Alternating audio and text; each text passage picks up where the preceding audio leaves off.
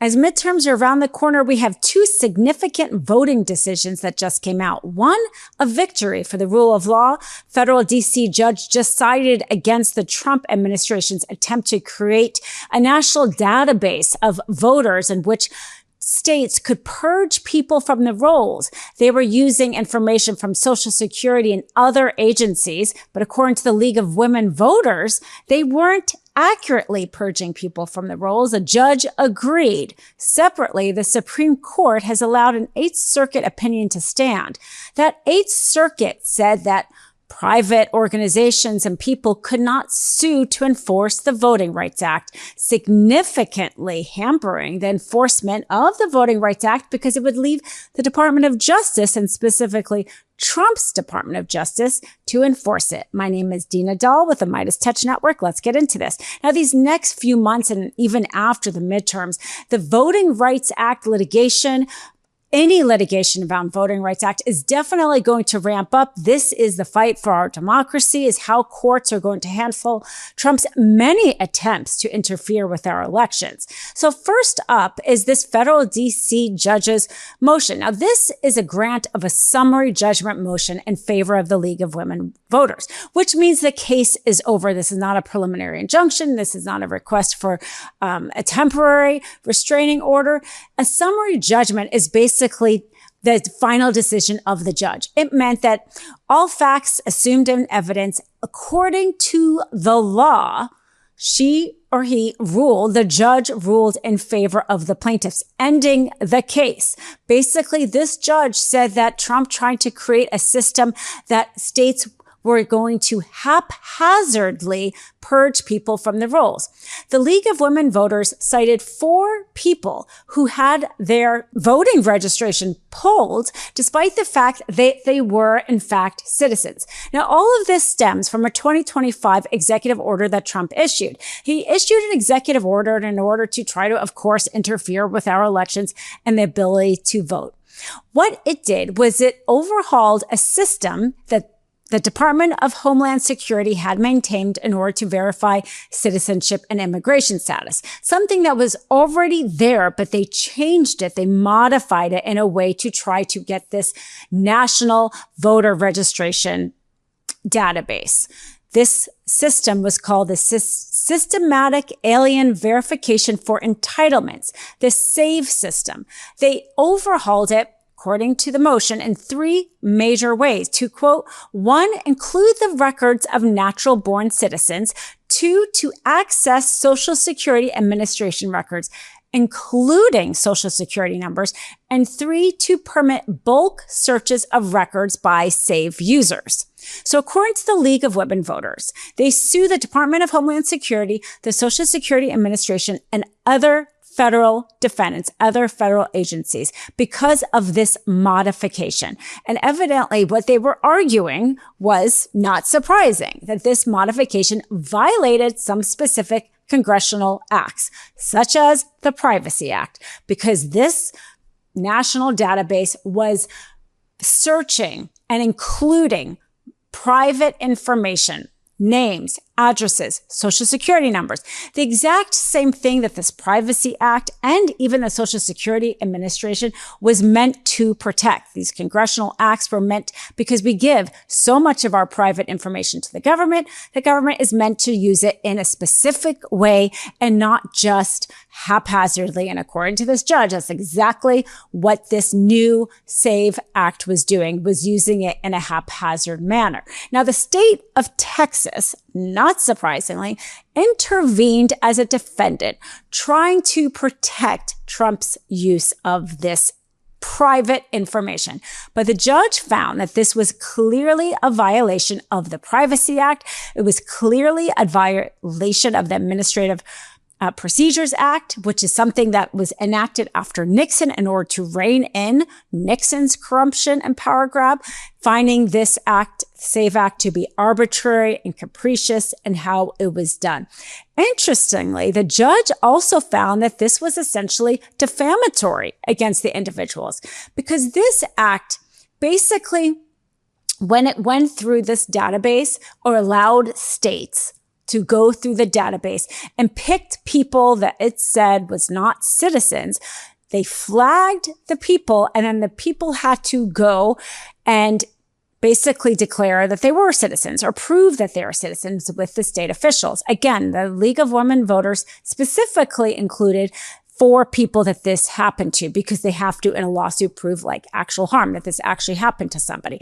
And so the judge said that this was actually defamatory because they were saying something about the people that were not true. So here we stunningly had a situation where Trump, by this executive order, tried to have federal agencies share information, your private information, to come up with a database that actually wasn't even accurate. And these states were purging people from it in an inaccurate way. And it was up to the citizens to have to go then and prove their citizenship. Thankfully, the judge ruled that this was by a summary judgment motion, concluding the litigation. I'm a blanket person. The first thing I do after a long day is sit on the couch and pull out my blanket. And it is a Lola blanket. In fact, I have replaced all my couch blankets with Lola blankets because with the kids and the pets, after a few washes, my blankets didn't used to look or feel very good. But the thing is about Lola blankets, they are machine washable, double hem for durability, and stay flawless. No pilling, no shedding, even after repeated washes. It's not only my favorite blanket, it's the entire family's favorite blanket. It is, in fact, the world's #1 blanket, crafted with ultra soft luxury faux fur and a signature 4-way stretch that sets it apart. Plus, Lola Blankets has collabed with a number of amazing designers. They do limited editions that have drops that move fast. I have the large and medium. The extra large is massive. It's the biggest blanket on the internet. Plus, they have weighted blankets and matching pillows. And perhaps my favorite thing is that they give a portion of their proceeds to breast cancer research. So I love the blankets. They feel good. And I feel like I'm contributing to something so important. For a limited time, our listeners get 40% off select Lola blankets with code MISTRIAL at checkout. Just head to lolablankets.com and use code MISTRIAL to get 40% off your order. After you purchase, they'll ask where you heard about them. Please support my show and let them know I sent you. Wrap yourself in luxury with Lola Blankets.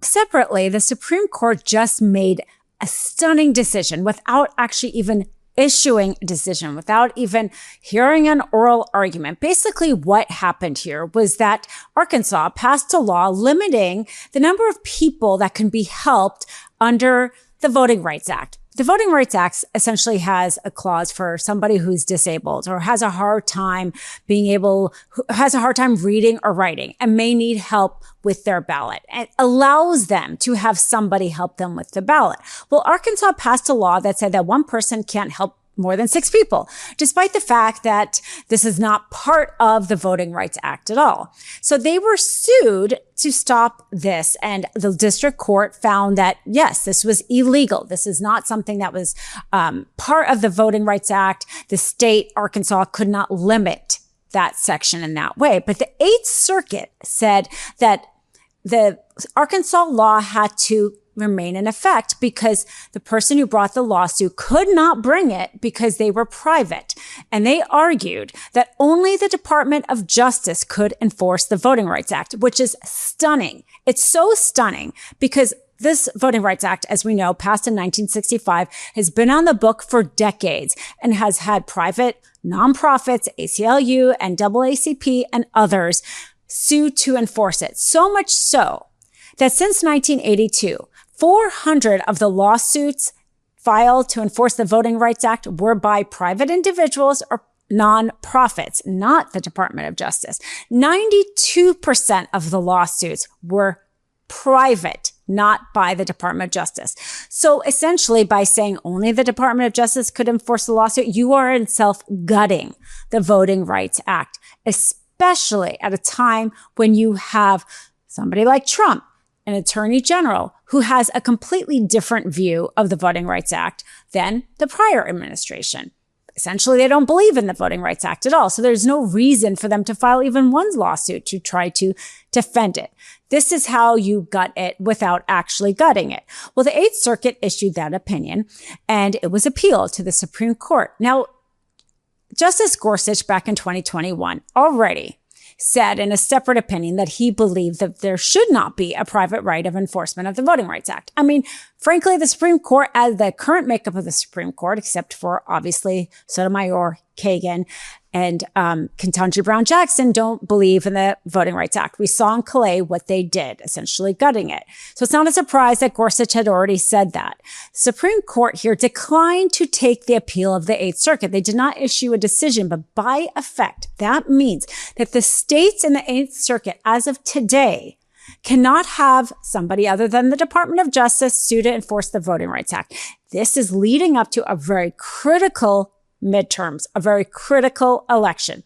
If you're wondering if you're in a state that is governed by this, it is Arkansas, Iowa, Minnesota, Missouri, Nebraska, North Dakota, and South Dakota. So the rest of the states can still have a private right of enforcement, but any of those states under the Eighth Circuit cannot.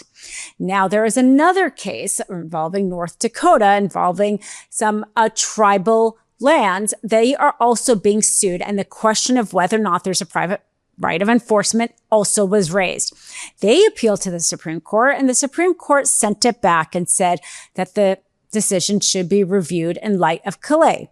So most likely that case will also come in front of the Supreme Court, and we may get a time in the relative but not too far distant future where the Supreme Court takes this as oral arguments and makes a decision that could affect the entire country. I'm not holding out hope that the decision they make will help the enforcement of the Voting Rights Act.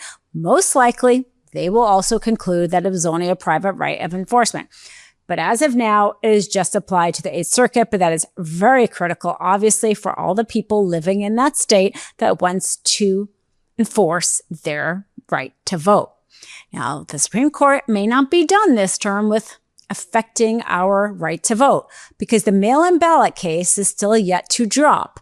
That case has to do with whether or not ballots can be counted after Election Day.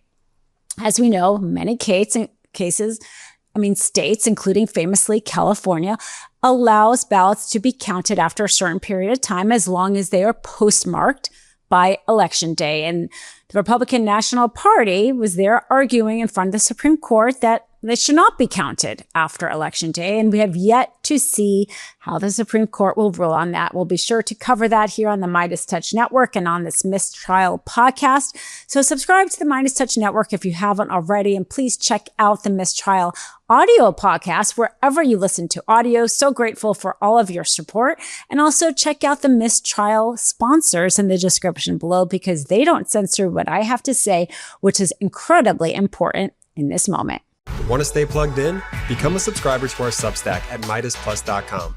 You'll get daily recaps from Ron Filipkowski, ad-free episodes of our podcast, and more exclusive content only available at MeidasPlus.com.